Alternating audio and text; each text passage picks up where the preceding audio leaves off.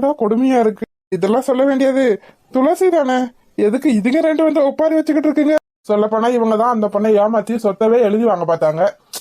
பாவம் ஏமாந்து போயிட்டாங்க. அவளுக்கு எவ்வளவு கொழுப்பு இருந்தா என்ன காதலிக்கிற மாதிரி ஏமாத்தி சொத்தை எழுதி வைக்கிறேன்னு சொல்லி நம்ப வச்சு கழுத்து அறுத்துட்டால. அவளை நான் சும்மாவே விட மாட்டேன். டேய் டேய் போது நிறுத்துடா. நீ பெரிய யோகிய மாதிரி பேசிட்டு இருக்க. அந்த பொண்ணு சொல்ல வேண்டியதெல்லாம் நீங்க செஞ்சிட்டு இருக்கீங்க. ஏமாந்தது நம்ம குடும்பம் இல்ல, ஏமாத்தினதுதான் நம்ம குடும்பம்.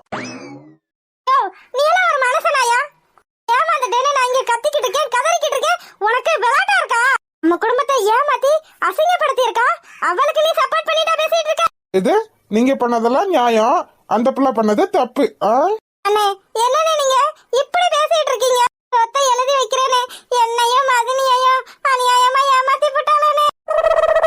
உங்களுக்குலாம் இது தேவைதான்.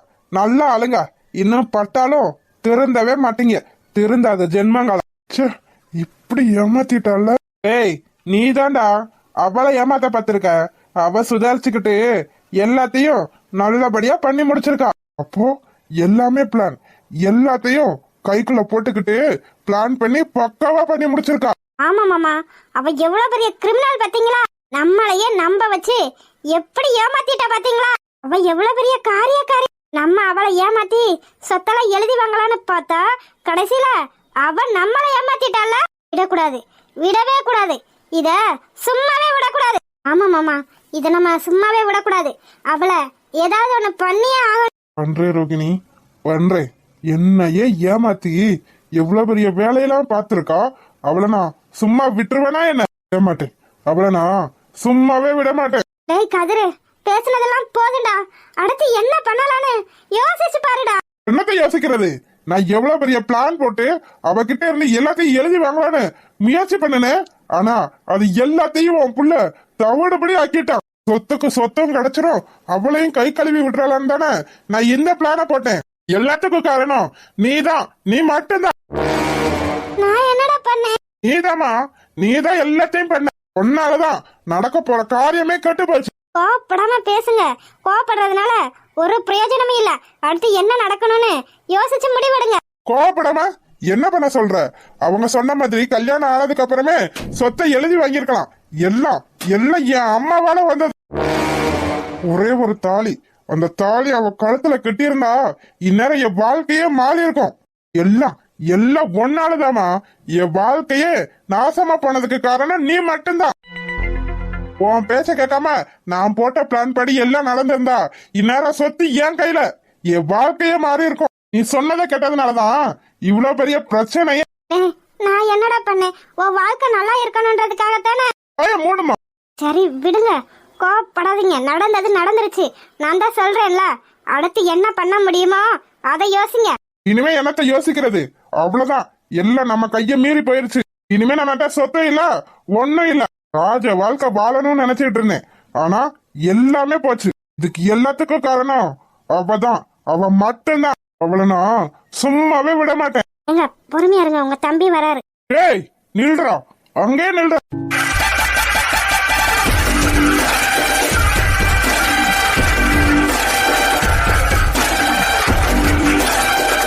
உனக்கு எவ்வளவு தைரியம்டா?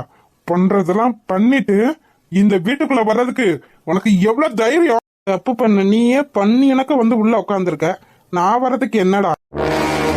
இது என் வீடு, என் அப்பா கட்டின வீடு. உனக்கு இந்த வீட்டுல எந்த அளவுக்கு உரிமை இருக்கோ அந்த அளவுக்கு எனக்கும் இருக்கு. அதனால யாரையும் கேட்டுட்டு உள்ள வரணும்ன்ற அவசியம் எனக்கு இல்ல. எதுக்கு இப்ப கத்துறீங்க? பண்றதெல்லாம் பண்ணிட்டு எங்க இருந்துடா இவ்வளவு தைரியம் வந்துச்சு? எங்க இருந்து வரணும்? எல்லாம் வர்றவங்கிட்ட இருந்து தான் வந்திருக்கு. திமிரு பிடிச்சவனே, திமிரு பிடிச்சவனே. நான் தான் பெத்தனா? அத நீங்க டாக்டர் கிட்ட தான் கேட்கணும். அப்படி போடாம அவனே, நீ தாண்டா உன் அம்மாக்கு ஏத்த ஆள். எனக்கு இல்லாத தைரியத்தை உனக்கு கொடுத்து வளர்த்திருக்கேன்டா. அதுதான் இப்படி எல்லாம் பேச வைக்குது. ஏன் சின்ன மாப்பிள்ள, இதெல்லாம் உங்களுக்கே நியாயமா இருக்கா? எதுக்காக இப்படி பண்ணீங்க? எப்படி பண்ணே? பாருங்க சின்ன மாப்பிள்ள, இதுதான் உங்க வீடு. இங்க இருக்கவங்க நல்லா இருந்தா நீங்களும் நல்லா இருப்பீங்க. அதை விட்டுட்டு எவ்வளவு ஒருத்திக்கு சப்போர்ட் பண்ணிட்டு அவளோட சொத்தை காப்பாத்தி கொடுத்துருக்கீங்க. நீங்களே சொல்றீங்க பாத்தீங்களா, அவளோட சொத்தை உங்ககிட்ட இருந்து அவகிட்ட நான் காப்பாத்தி கொடுத்துருக்கேன்னு. என்ன அழைத்தாயி, அவனுக்கு நீ எடுத்து கொடுக்கறியா? இல்ல மதினி, என்ன காப்பாத்தி கொடுத்துருக்கான்னு சொல்ற? என்ன அர்த்தத்துல சொல்ற நீ? ஐயோ மதினி, நான் ஏதோ பேச்சுவார்த்தையில சொல்லிட்டேன், அதுக்காக என் பக்கம் ஏன் உங்க கோவத்தை திருப்புறீங்க? இரு உன்ன அப்புறம் வச்சுக்கிறேன். உங்க மகனை கவனிங்க, அவர்தான் இதுக்கெல்லாம் காரணம். இவராலதான் நாம எல்லாம் ஏமாந்து இப்ப இங்க நிக்கிறோம். ஏன்டா இப்படி பண்ண? ஏன் இப்படி பண்ண? என்னமா பண்ண? பண்றதெல்லாம் பண்ணிட்டு என்னமா பண்ணேன்னு கேள்வி வேற. ஏண்டா, எவ்வளவு ஒருத்திக்காக சொந்த குடும்பத்தையே இப்படி ஏமாத்திட்டு நிக்கிறியடா? அவ எவ்வளவு ஒருத்தி கிடையாது. எவ்வளவு ஒருத்தி இல்லாம பின்ன அவ என் அண்ணிங்கிறவ அம்மாக்கு சமம். உன்னை உயிருக்கு உயிரா காதலிச்சவள நீ வேணா ஏமாத்தலாம், ஆனா நான் என்னைக்கும் அம்மாவை ஏமாத்தினது கிடையாது. இப்ப பண்ணிருக்கே, அதுக்கு பேர் என்னது? எங்களை எல்லாத்தையும் ஏமாத்திட்டு தானே வந்து நிக்கிற. உங்களை நான் ஏமாத்தினா, நீங்க தான் அவளை ஏமாத்த பாத்திருக்கீங்க. அதை நான் தடுத்து நிறுத்தி இருக்கேன். இதுக்கு பேரு ஏமாத்துறது கிடையாது. சாரி விஷ்ணு, நீ சொல்ற மாதிரி நாங்க ஏமாத்தினாலே வச்சுக்க. அதனால உனக்கு என்ன பிரச்சனை? நாங்க நல்லா இருந்தா நீ நல்லா இருந்த மாதிரி தானே. உனக்கு உன் அண்ணன் நல்லா இருக்கிறது பிடிக்கலையா என்ன? என் அண்ணன் நல்லா இருக்கணும் தான் நானும் நினைக்கிறேன். ஆனா அடுத்தவங்களை ஏமாத்தி அவங்க சொத்தை எல்லாம் புடுங்கி நல்லா இருக்கணும்னு நான் என்னைக்கும் நினைச்சது இல்ல. போதும், நிறுத்துடா. என் அண்ணன் உழைச்சு சுயமா சம்பாதிச்சு நல்லா இருந்தா நானே சந்தோஷப்பட்டிருப்பேன். ஆனா அது எதுவுமே இங்க நடக்கலையே. டேய், பண்றதெல்லாம் பண்ணிட்டு பாக்கியா நம்ம பேசிட்டு இருக்க. நீ என் சைடு எது நியாயம்னு எனக்கு தோணுதோ அந்த பக்கம் தான் நான் நிப்பேன். நீ நல்லா இருக்கணும்னா சுயமா உழைச்சு சம்பாதி. நீ நல்லா என்ன இதை விட நல்லா இருப்ப. அதை விட்டுட்டு ஒரு பொண்ண, அதுவும் அம்மா இல்லாத பொண்ணை ஏமாத்தி அவளை கொலை பண்ணணும்னு முயற்சி வேற பண்ணிருக்கீங்க. உங்களுக்குலாம் வெக்கமா இல்ல? நீங்க எல்லாம் இப்படி பண்ணுவீங்கன்னு எனக்கு தோணுச்சு. அதனாலதான் நான் ஏற்கனவே ஏற்பாடு பண்ணி வச்சிருந்தேன். கடைசியில நான் நினைச்ச மாதிரியே செஞ்சிட்டீங்கல்ல. ஏண்டா, உனக்கு எல்லாமே ஏற்கனவே தெரிஞ்சிருக்கு. தெரிஞ்சிருந்தோம் எதுக்காகடா ரிஜிஸ்டர் ஆபீஸ்ல கையெழுத்து போடும்போது பேசாம இருந்த? சொல்லி தடுத்திருக்கலாம்ல. தடுப்பாங்க. நீ என்ன பண்ணிருப்ப? அவ கழுத்துல தாலிய கட்டிட்டு கொஞ்சம் நல்லா கலட்டி விட்டுருப்ப, சொத்தையும் எழுதி வாங்கிக்கிட்டு. இதுக்கு உனக்கு நான் சொல்லிட்டு வேலை செய்யணுமா? போடா டேய், போடா டேய், நில்றா டேய். என்னப்பா, சாப்பிட்டாச்சா? சாப்பிட்டாச்சுடாமா. அவனே கொலைக்கிற நாய் கொலைச்சிட்டே தான் இருக்கும். அதை நின்னு வேடிக்கை பார்க்க எனக்கும் நேரம் இல்ல. என்னடி மயிலனி, ஃபர்ஸ்ட் டே காலேஜ் எப்படி போச்சு? நல்லா தாண்டி போச்சு. நீ எக்ஸ்பெக்ட் பண்ண அளவுக்கு இருக்கா? இருக்கு. இல்ல, நீ அமெரிக்கால படிச்சுட்டு வந்தவ. நீ அங்க படிச்சதுக்கும் இங்க படிச்சதுக்கும் நிறைய வித்தியாசம் இருக்கும்ல? ஆமா, இருக்குதான்.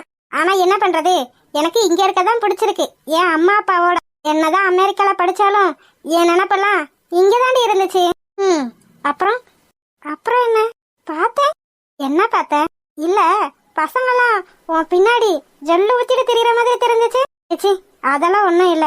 எல்லா பொண்ணுங்கள மாதிரியும் நானும் நார்மல் பொண்ணுதான். நார்மல் பொண்ணு தாண்டி, ஆனா கொஞ்சம் அழகான பொண்ணு. அதான் எல்லாரும் ஆணு வாய பழந்து பாத்துட்டு இருக்கானுங்க. அதெல்லாம் ஒண்ணும் இல்லடி அம்மா, நான் பாத்துட்டு தானே இருந்தேன். அப்புறம் ராகிங் ஏதாவது பண்ணுனாங்களா? சேச்சா, அதெல்லாம் எதுவும் இல்லையே. நம்ம காலேஜ் பையங்க எல்லாம் நல்ல பையங்கடி. ஏன் சிரிக்கிற? எனக்கு நினைச்சா சிரிப்பு தாண்டி வருது. நீ எம்எல்ஏவோட பொண்ணு, ஒருத்தனும் பக்கத்துல கூட வர முடியாது. அப்படியே வந்தானுங்கன்னு வச்சுக்க, அவனுங்களோட சீட்டு டர்ருதான், கிழிஞ்சிரும். ஏச்சி, பேசாம இருடி. எம்எல்ஏவோட பொண்ணுன்னு யாருக்கும் தெரியாது. ஓஹோ, அப்படியா? வெற்றி, அங்க பாருடா அந்த பொண்ண, எவ்வளவு அழகா இருக்குன்னு. டேய் மண்டையா, உனக்கு எத்தனை தடவை சொல்லிருக்கேன், அந்த பொண்ணை பாரு இந்த பொண்ணை பாருன்னு. எந்த பொண்ணையும் பார்க்க சொல்லாதானே. படிக்க தானே வந்த நீ? படிக்க வந்த வேலையை மட்டும் பார்க்கணும்டா. அதை விட்டுட்டு அந்த பொண்ணை பாரு இந்த பொண்ணை பாருன்னு பொண்ணு பாக்குற வேலை தானே உனக்கு. வெற்றி, ஒரு தடவை திரும்பி பாருடா. நீ மட்டும் அந்த பொண்ணை பார்த்தேன்னு வச்சுக்க, பொண்ணுங்களெல்லாம் பார்க்காத நீயே இவ்வளோ அழகான பொண்ணான்னு ஆச்சரியமா பாப்பாடா. உனக்கு வேற வேலையே இல்லடா. போங்கிட்டு நான் போறேன். ஒரு தடவை திரும்பி பாருடா வெற்றி. நான் எதுக்காகடா பார்க்கணும்? ஒரு தடவை, ஒரே ஒரு தடவை எனக்காக திரும்பி பாரு. இவர் தாண்டி நம்ம சீனியர். யாரு? பின்னாடி திரும்பி பாரு.